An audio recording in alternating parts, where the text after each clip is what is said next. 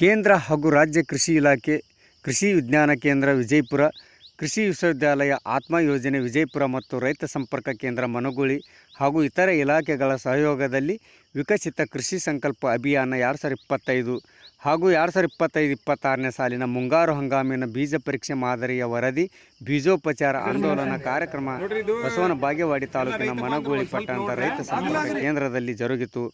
ಬಿತ್ತನೆ ಮಾಡುವ ಮೊದಲು ಭೂಮಿಯನ್ನು ಚೆನ್ನಾಗಿ ಉಳುಮೆ ಮಾಡಬೇಕು. ಪ್ರತಿ ಎಕರೆಗೆ 3 ಟನ್ ಕೊಟ್ಟಿಗೆ ಗೊಬ್ಬರ ಅಥವಾ ಕಾಂಪೋಸ್ಟ್ ಗೊಬ್ಬರವನ್ನು ಬಿತ್ತನೆಯ 2-3 ವಾರಗಳ ಮುಂಚೆ ಭೂಮಿಗೆ ಹಾಕಬೇಕು. ಜೂನದಿಂದ ಜುಲೈ 15ರವರೆಗೆ ಬಿತ್ತನೆ ಮಾಡುವ ಕಾಲ. ಬೀಜೋಪಚಾರ: ಬಿತ್ತನೆಗೆ ಮುಂಚಿತವಾಗಿ ಬರ ನಿರೋಧಕ ಹೆಚ್ಚಿಸಲು ಬೀಜಗಳನ್ನು ಶೇಕಡ 2 ಕ್ಯಾಲ್ಸಿಯಂ ಕ್ಲೋರೈಡ್ ದ್ರಾವಣದಲ್ಲಿ 1 ತಾಸು ನೆನೆಸಿ ನಂತರ ನೆರಳಿನಲ್ಲಿ ಕನಿಷ್ಠ 7 ತಾಸು ಒಣಗಿಸಬೇಕು ಎಂದು ಕೃಷಿ ವಿಜ್ಞಾನ ಕೇಂದ್ರ ವಿಜಯಪುರದ ಮುಖ್ಯಸ್ಥರಾದ ಡಾಕ್ಟರ್ ಎಸ್.ಎಂ. ವಸ್ತ್ರದವರು ರೈತರಿಗೆ ಮಾಹಿತಿ ಹೇಳಿದರು. ಇದೇ ಸಂದರ್ಭದಲ್ಲಿ ಡಾಕ್ಟರ್ ಶಿವಕುಮಾರ್ ಅವರು ಮಣ್ಣಿನ ಮಾದರಿ ಕುರಿತು ರೈತರಿಗೆ ತಿಳಿಸಿದರು. ಮನಗೂಳಿಯ ಕೃಷಿ ಅಧಿಕಾರಿಗಳಾದ ಬಿ.ಬಿ. ಸಕ್ರಿ ಹಾಗೂ ಶಹನವಾಜ್ ಖಾದ್ರಿ ಮುಶ್ರಿಫ್, ಆತ್ಮ ಯೋಜನೆ ಸಹಾಯಕ ತಾಂತ್ರಿಕ ವ್ಯವಸ್ಥಾಪಕ ಸಾಗರ್ ಬಾಗೇವಾಡಿ, ಸಿಬ್ಬಂದಿಗಳಾದ ಮಲ್ಲು ಬಿರಲ್ದೆನ್ನಿ, ಶರಣು ಮನಗೂಳಿ, ಅಶೋಕ್ ಸೇರಿದಂತೆ ರೈತರು ಉಪಸ್ಥಿತರಿದ್ದರು.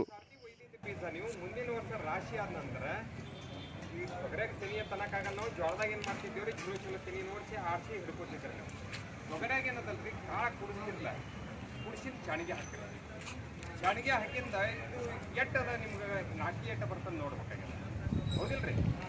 ಪರ್ಸೆಂಟೇಜ್ ಮುಖ್ಯ. ಅಟ್ಲೀಸ್ಟ್ 70 ಕಾಳು ಹುಟ್ಟಬೇಕು ನೀವು 100 ಕಾಳು ಹಾಕಿದ್ರೆ.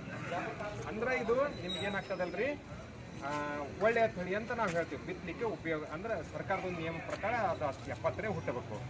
ಸೊ ಯಾವ ರೀತಿ ಪರೀಕ್ಷೆ ಮಾಡ್ಬೋದು ನಾವು?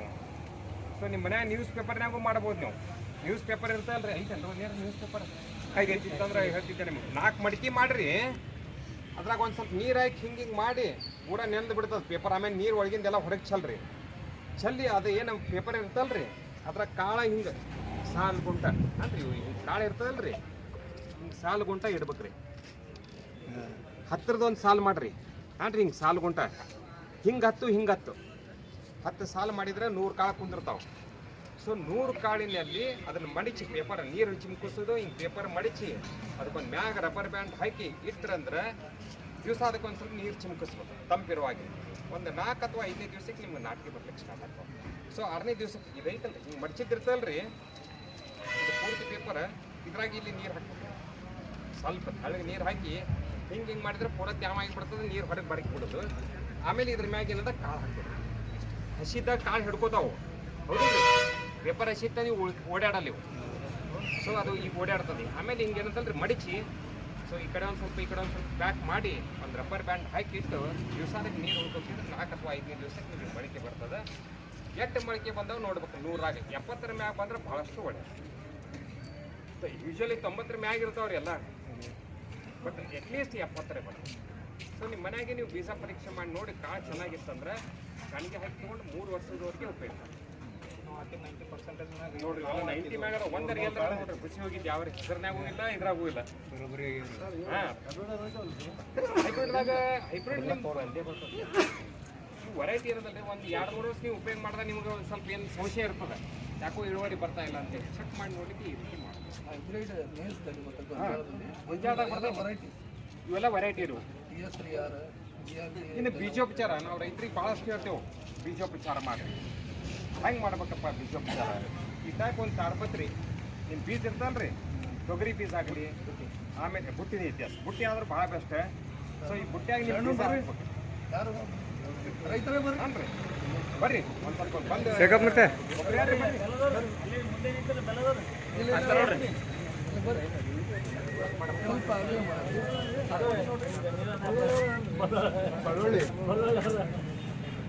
ಅವ್ರು ಬೀಗರು ಬೆಲ್ಲ ಬರ್ರಿ ಈ ರೀತಿ ಸ್ವಲ್ಪ ನಿಮ್ಮ ಬೀಜ ಬುಟ್ಟೆ ಹಾಕ್ರಿ. ಇದಕ್ಕೆ ಏನದಲ್ರಿ, ಸ್ವಲ್ಪ ಈ ಕೆಜಿಗೆ ಆ್ಯಕ್ಚುಲಿ ಇದು 5 ಗ್ರಾಮ್ದಿಂದ 10 ಗ್ರಾಮ್ ತನಕ ಹಚ್ಚಿದ್ರು ತಪ್ಪಿಲ್ಲ. ಟ್ರೈಕೋಡರ್ಮ್ ಆಗಲಿ, ರೈಸೋಬಿಯಮ್ ಆಗಲಿ ನೀವು ಜಾಸ್ತಿ ಹಚ್ಚಿದ್ರೆ ಏನು ನಿಮ್ಮ ಬೀಜಕ್ಕೆ ಹಾನಿ ಇಲ್ಲ. ಅದೇ ಅದ್ರ ಬದಲಿ ನೀವು ಕೆಮಿಕಲ್ ಹಚ್ಚಿದ್ರೆ ಬಾವಿಸ್ಟಿನದು ಅವು 2 ಗ್ರಾಮ್ ಕೆಜಿ ಬೀಜಕ್ಕೆ 2 ಗ್ರಾಮ್ ಜಾಸ್ತಿ ಮಾಡಿದ್ರೆ ನಾಟಿಗೆ ಬರಲ್ಲ. ಇದಕ್ಕೆ ಏನೂ ಇಲ್ಲ ರೀ, ಇದು ಜೀವಾಣು ಇರ್ತದೆ. ನಿಮ್ಮ ಭೂಮಿಯಾಗ ಎಟ್ಟು ಬಿದ್ದರೂ ಭಾಳಷ್ಟು ಚಲೋ. ಇದು ನಿಮ್ಮ ಭೂಮಿಯಾಗ ಇರ್ತಿದ್ದು ಮೊದಲು ನಾವು ಸಾವಯವ ಪದಾರ್ಥ ಕಡಿಮೆ ಹಾಕ್ತಾ ಇರೋದ್ರಿಂದ ಸೊ ಇವತ್ತರ ಸಂಖ್ಯೆ ಕಡಿಮೆ ಆಗ್ಯದ. ಇದು ಏನು ಮಾಡ್ತದಪ್ಪ ಅಂದ್ರೆ ಏನು ನಿಮ್ಮ ಗಿಡ ಹುಟ್ಟನ ಈ ರೀತಿ ಬೇರು ಬರ್ತದಲ್ರಿ, ಈ ಬೇರು ಸುತ್ತಮುತ್ತ ನಿಮ್ಮ ಭೂಮಿಯಲ್ಲಿ ಇವು ಜೀವಿಸ್ತಿರ್ತಾವೆ.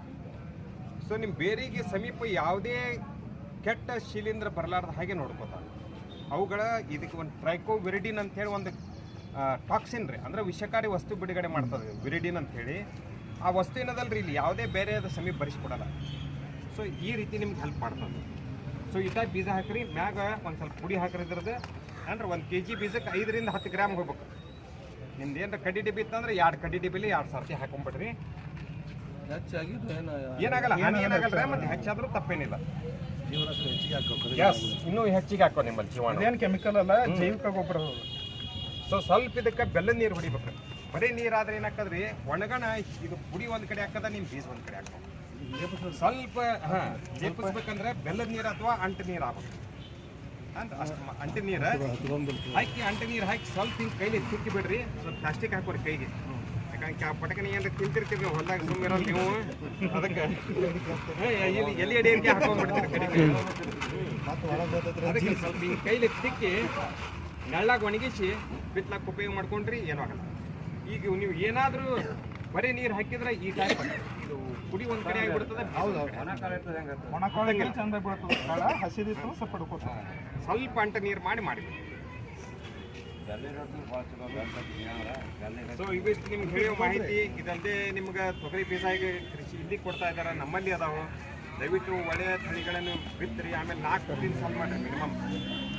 ಸಾಲಿನ ಸಾಲಿಗೆ 4 ಫೂಟ್ ಇರಲಿ, ಗಿಡದಿಂದ ಗಿಡಕ್ಕೆ 1-1.5 ಫೂಟ್ ಮಾಡಿರಿ. ಇಲ್ಲೆಲ್ಲ ಕೃಷಿ ಇಲಾಖೆಯವರು ಕಳೆದ ವರ್ಷ ಪ್ರಾತ್ಯಕ್ಷಿತೆ ಮಾಡಿದ್ರೆ ನೀವು ನೋಡಿರ್ಬೇಕಾ, ಇವ್ರದ್ರಿ ಹಜರ್ ತೋಟದಾಗ ಭಾಳ ಚೆನ್ನಾಗಿ ಮಾಡಿದ್ರಿ ನೀವೆಲ್ಲ. ಕೃಷಿ ಇಲಾಖೆಯವರು ಅವಾರ್ಡ್ ಬಂದಂಗೆ ಇದ್ದವ್ರಿ ಎಲ್ಲ. ಭಾಳ ಚಂದ ಆಯ್ತು ಅದು ಕಾರ್ಯಕ್ರಮನು. ಅವರು 4 ಫೂಟ್ 5 ಫೂಟ್ ಭಾಳ ಚೆನ್ನಾಗಿ ಆಯ್ತು. ಸೊ ಈ ರೀತಿ ತಾವು ಎಲ್ಲರೂ, ಯಾಕಂದ್ರೆ ಮನುಗುಳಿ ಅಂದ್ರೆ ಹೇಳಿ ಮಾಡಿಸಿದ ಜಮೀನು ಇವೆಲ್ಲ ತೊಗರಿಗೆ ಭಾಳಷ್ಟು ಇಳುವರಿ ತಗೋತೀರಿ ನೀವು. ಇನ್ನೂ ಸ್ವಲ್ಪ ಹೆಚ್ಚಿಗೆ ಬೆಳೀರಿ ಅಂತ ಹೇಳಿ ನಮ್ಮ ಇನ್ನೋರು ವಿಜ್ಞಾನಿಯಾದ ಡಾಕ್ಟರ್ ಶಿವರಾಜ್ ಅವರು ತಮಗೆ ಮಣ್ಣು ಪರೀಕ್ಷೆ ಬಗ್ಗೆ ಒಂದು ಸ್ವಲ್ಪ ಮಾಹಿತಿ ಬರೀ ಡಾಕ್ಟರ್. ಈಗ ಕಳೆದ ಒಂದು ಸಾಲಿನಲ್ಲಿ ನಾವು ಬಿಜಾಪುರಾದ್ಯಂತ ಒಂದು 1700 ಮಣ್ಣಿನ ಮಾದರಿಗಳನ್ನ ಚೆಕ್ ಮಾಡಿದ್ವಿ ನಾವು. ಎಲ್ಲ ತಾಲೂಕಿನಿಂದ ಒಂದು 50 ಆಗಲಿ 70 ಆಗಲಿ ಎಲ್ಲ ಒಂದು ತಾಲೂಕಿಂದ ಮಣ್ಣು ಚೆಕ್ ಮಾಡಿದ್ದೀವಿ. ಮಣ್ಣು ಚೆಕ್ ಮಾಡಿದಾಗ ನಮಗೆ ಒಂದು ಲ್ಯಾಬಲ್ಲಿ ಏನು ನೋಡಿದೆಪ್ಪ ಅಂತಂದರೆ, ನಮ್ಮ ಬಿಜಾಪುರದ ಒಂದು ಮಣ್ಣು ಇದೆಯಲ್ಲಿದ್ದು ಭಾಳ ಒಂದು ತೊಂದರೆಯಿಂದ ಬಳಲ್ತಾ ಇದೆ. ನಾವು ಯಾರೂ ಮಣ್ಣಿನ ಬಗ್ಗೆ ಕೇರ್ ಮಾಡ್ತಾಯಿಲ್ಲ. ಕೇರ್ ಮಾಡಬೇಕಾಗಿತ್ತು. ಈಗ ಮಣ್ಣಿನ ನಿರ್ವಹಣೆ ನಾವು ಭಾಳ ಮಾಡಬೇಕಾಗಿದೆ. ಯಾಕಂತಂದರೆ ನಾವು ರಾಸಾಯನಿಕ ಗೊಬ್ಬರಗಳನ್ನು ಭಾಳ ಜಾಸ್ತಿ ಯೂಸ್ ಮಾಡ್ತಾಯಿದ್ದೀವಿ. ಯಾರೂ ಸಾವಯವ ಗೊಬ್ಬರನ ಹಾಕ್ತಾಯಿಲ್ಲ ಜಾಸ್ತಿ. ಯಾರು ಸಾವಯವ ಗೊಬ್ಬರ ನಮ್ಮ ಒಂದು ಭೂಮಿಯಲ್ಲಿ ಏನಿದೆ ಅಲ್ರಿ ಭಾಳ ಕಡಿಮೆ ಇದೆ. ಈಗ ನಮ್ಮ ಬಿಜಾಪುರ ಡಿಸ್ಟಿಕಲ್ಲಿ ಜಾಸ್ತಿ ಇಲ್ಲಿ ಬಿಸಿಲಿರೋದ್ರಿಂದ ಮತ್ತು ಮಳೆ ಕಡಿಮೆ ಇರ್ತದೆ. ಇಲ್ಲಿ ಮಳೆ ಕಡಿಮೆ ಇರೋದ್ರಿಂದ ಏನಾಗುತ್ತೆ, ಇಲ್ಲಿ ನೀವು ಹಾಕಿದಂಥ ಗೊಬ್ಬರ ಆಗಲಿ ಸಾವಯವ ಗೊಬ್ಬರ ಏನಾಗಿರ್ತಾರೆ ಭಾಳ ಜಲ್ದಿ ಡಿಕಂಪೋಸ್ ಆಗಿ ಹೋಗ್ಬಿಡ್ತದೆ. ಇದು ನೀವು ಏನು ಮಾಡಬೇಕಪ್ಪ ಅಂತಂದರೆ, ವರ್ಷ ಮಿನಿಮಮ್ ಅಂದ್ರೆ ಒಂದು 5 ಟನ್ ಸಾವಯವ ಗೊಬ್ಬರ ನೀವು ಹಾಕಲೇಬೇಕು. ಹಾಕಿದ್ರೇ ನೀವು ರಾಸಾಯನಿಕ ಗೊಬ್ಬರ ಏನು ಹಾಕಿರ್ತಾರಲ್ಲ, ಆ ರಾಸಾಯನಿಕ ಗೊಬ್ಬರ ಮತ್ತು ಈ ಸಾವಯವ ಗೊಬ್ಬರ ಮತ್ತು ನೀವು ಅದ್ರ ಜೊತೆಗೆ ಏನು ಮಾಡಬೇಕು, ಜೈವಿಕ ಗೊಬ್ಬರಗಳಂತ ಸಿಗ್ತವೆ. ಜೈವಿಕ ಗೊಬ್ಬರಗಳು ಯಾವಪ್ಪ ಅಂತಂದರೆ, ಈಗ ಸರ್ ಹೇಳಿದ್ರು ಅಸ್ಟೋಬ್ಯಾಕ್ಟರ್ ಆಗಲಿ, ಸೂಡೋಮೋನಾಸ್ ಆಗಲಿ, ಇವನ್ನೆಲ್ಲ ನೀವು ಜೈವಿಕ ಗೊಬ್ಬರಗಳನ್ನ ಹಾಕಬೇಕಾಗಿದೆ. ಜೈವಿಕ ಗೊಬ್ಬರಗಳನ್ನ ಯಾಕಂದರೆ ಏನು ಸರ್ ಹೇಳಿದ್ರು, ಸೂಕ್ಷ್ಮಾಣುಜೀವಿಗಳ ಸಂಖ್ಯೆ ಭಾಳ ಕಡಿಮೆ ಆಗಿದೆ ನಮ್ಮ ಮಣ್ಣಲ್ಲಿ. ಆ ಸೂಕ್ಷ್ಮಾಣುಜೀವಿಗಳ ಸಂಖ್ಯೆ ಯಾವಾಗ ಜಾಸ್ತಿ ಆಗ್ತದಪ್ಪ ಅಂತಂದರೆ, ನೀವು ಹಾಕಿದಂಥ ಜೈವಿಕ ಗೊಬ್ಬರಗಳಾಗಲಿ, ನೀವು ಹಾಕಿದಂಥ ಸಾವಯವ ಗೊಬ್ಬರ ಜಾಸ್ತಿ ಇತ್ತಂದರೆ ಅವಾಗ ಏನಾಗ್ತದೆ, ನಮ್ಮ ಒಂದು ಮಣ್ಣಲ್ಲಿ ಸಾವಯವ ಇಂಗಾಲ ಜಾಸ್ತಿ ಆಗ್ತದೆ. ಸಾವಯವ ಇಂಗಾಲ ಜಾಸ್ತಿ ಆದರೆ ಸೂಕ್ಷ್ಮಾಣುಜೀವಿಗಳ ಸಂಖ್ಯೆ ಜಾಸ್ತಿ ಆಗ್ತದೆ. ಅವಾಗ ಏನಾಗ್ತದಪ್ಪ ಅಂತಂದರೆ, ನೀವು ಹಾಕಿದಂಥ ಯೂರಿಯಾಗಾಗಲಿ, DAP ಆಗಲಿ, ಕಾಂಪ್ಲೆಕ್ಸ್ ಗೊಬ್ಬರ ಆಗಲಿ, ಅವಾಗ ಏನಾಗ್ತದೆ, ಗಿಡಗಳಿಗೆ ಲಭ್ಯತೆ ಈಜಿ ಆಗ್ತದೆ. ಇಲ್ಲಾಂತಂದರೆ ನೀವು ಹಾಕ್ಬೋದು. ಈಗ ಸಾವಯವ ಇಂಗಾಲ ಆಗಲಿ ಸೂಕ್ಷ್ಮ ಕಡಿಮೆ ಇತ್ತಂದರೆ ನೀವು ಹಾಕಿದಂಥ ಯೂರಿಯಾ DAP ಇರ್ತಲ್ಲ, ಇದೆಲ್ಲ ಗಾಳಿಗೆ ಹಾರಿಯಾಗಿ ಹೋಗ್ತದೆ ಇರ್ಬೇಕು. ಯಾಕಂದರೆ ಜಾಸ್ತಿ ನಮ್ಮ ಮಣ್ಣಲ್ಲಿ ಇಂಗಾಲ ಇತ್ತಂದರೆ ಅದು ಹಿಡಿದಿಟ್ಕೊತಂದರೆ ಗಿಡಗಳಿಗೆ ಬೇಕಾದಾಗ ಅದು ರಿಲೀಸ್ ಮಾಡ್ತಾ ಇರ್ತಾವೆ. ಮತ್ತು ಇನ್ನೊಂದು ಏನಪ್ಪ ಅಂದರೆ, ಸೂಕ್ಷ್ಮದ ಸಂಖ್ಯೆ ಜಾಸ್ತಿ ಇತ್ತಂದರೆ ನೀವು ಹಾಕಿದಂಥ ಯೂರಿಯಾ DAPಯನ್ನು ತಿಂದು ಗಿಡಗಳಿಗೆ ಬೇಕಾದಂಥ ಒಂದು ರೂಪದಾಗ ಕೊಡ್ತಾವೆ. ನಮ್ಮ KVKಯಿಂದ ನಮ್ಮ ಡಾಕ್ಟರ್ SM ಅಶ್ವಥ್ ಸರ್ ಹಾಗೂ ನಮ್ಮ ಶಿವರಾಜ್ ಸರ್, ನಮ್ಮ ರೈತ ಸಂಪರ್ಕ ಕೇಂದ್ರ ನಮ್ಮ ಎಲ್ಲ ರೈತರು ಕೃಷಿಗೆ ಏನೇನು ಮಾಹಿತಿ ಹಂಗಾಮಿ ಬೇಕು ಎಲ್ಲ ಮಾಹಿತಿಯನ್ನು ತಿಳಿಸಿಕೊಟ್ಟಿದ್ದಾರೆ. ಅದರ ಸಂಬಂಧ ನಾವು ರೈತ ಸಂಪರ್ಕ ಕೇಂದ್ರ ಮನಗುಳಿ ಹಾಗೂ ನಮ್ಮೆಲ್ಲ ರೈತರ ಪರವಾಗಿ ಧನ್ಯವಾದಗಳು ಹೇಳ್ತೀನಿ. Thank you.